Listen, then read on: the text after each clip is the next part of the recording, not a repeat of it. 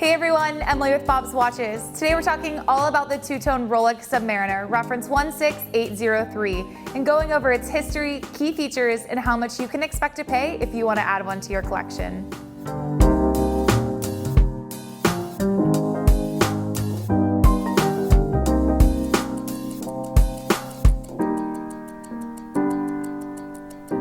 Also, if you haven't done so already, don't forget to subscribe to our YouTube channel so you can stay up to date on all of our latest video content.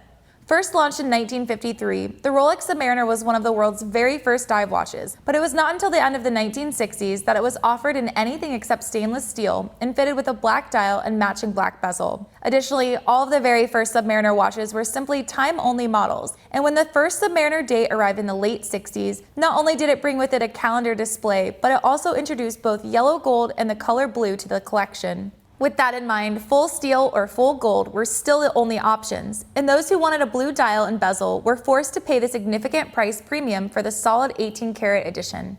That all changed in 1984 when Rolex released the Submariner reference 16803 as part of the subsequent generation of its date-displaying dive watch. By using both stainless steel and yellow gold components, the reference 16803 was able to offer a noticeably more premium and luxurious appearance without nearly the same costs associated with a solid gold timepiece. While the bezel, winding crown, hour markers, hands, and center links of the bracelet were all constructed from solid 18-karat yellow gold, the middle case, case back, and side links of the bracelet were crafted from stainless steel. Rather than forcing customers to choose between the standard steel model and the full 18-karat gold version, the new two-tone Submariner allowed Rolex to offer a luxury-oriented dive watch at a significantly more affordable price. Two-tone watches really hit their stride during the 1980s as buyers were looking for more cost-effective ways to integrate gold into their wardrobe. And when the reference 16803 arrived in 1984, it was perfectly on trend for the times. Like the other models from the updated generation of Submariner date watches, the reference 16803 features a sapphire crystal, a new uni-directional bezel system, an increased depth rating of 300 meters, and the high beat caliber 30-35 movement. Additionally, just like the solid gold model, the reference 16803 was offered with a choice of either black or blue for its dial and bezel, a trend that continues to this day among two-tone Submariner watches. When the reference 16803 was first introduced, it featured a nipple dial, just like the solid gold model from the previous generation. However, shortly after its introduction, the dial of the reference 16803 was updated to the more modern style that features luminous-filled hour markers outlined in 18-karat yellow gold.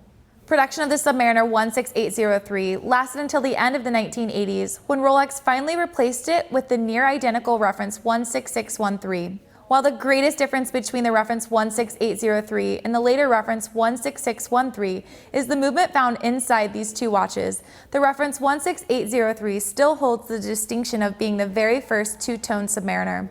While it adheres to the classic case proportions of the Rolex dive watch, the reference 16803 features modern conveniences such as a sapphire crystal, high beat movement with quick set date, unidirectional bezel, and an increased 300-meter depth rating.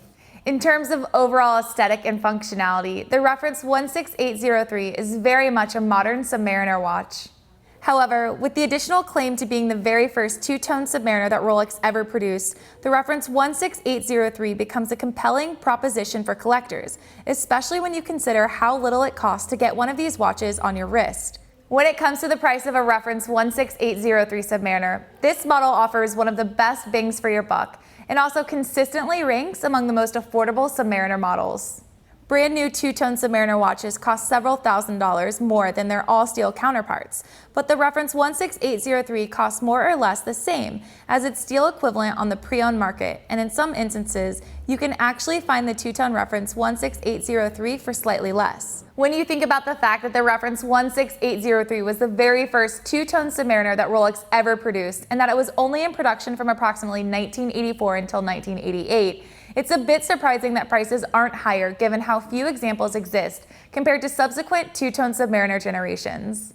It is even more surprising that the reference 16803 is among the least expensive Submariner watches available, given it was always intended to be a more premium model within the lineup and features solid 18-karat yellow gold components. Despite its luxurious nature and precious metal parts, the reference 16803 is still a professional dive watch and has all of the features and capabilities as you would expect from a model that bears the legendary Submariner name. The reference 16803 offers one of the strongest value propositions among all Rolex dive watches, and regardless of whether you choose black or blue for your dial and bezel, you'll be getting the first Submariner reference to be offered in stainless steel and gold and an instantly recognizable icon from the world of luxury watches. Thanks for watching our video on the Rolex Submariner, date reference 16803. Don't forget to like and subscribe to our YouTube channel so you can stay up to date on all of our latest video content.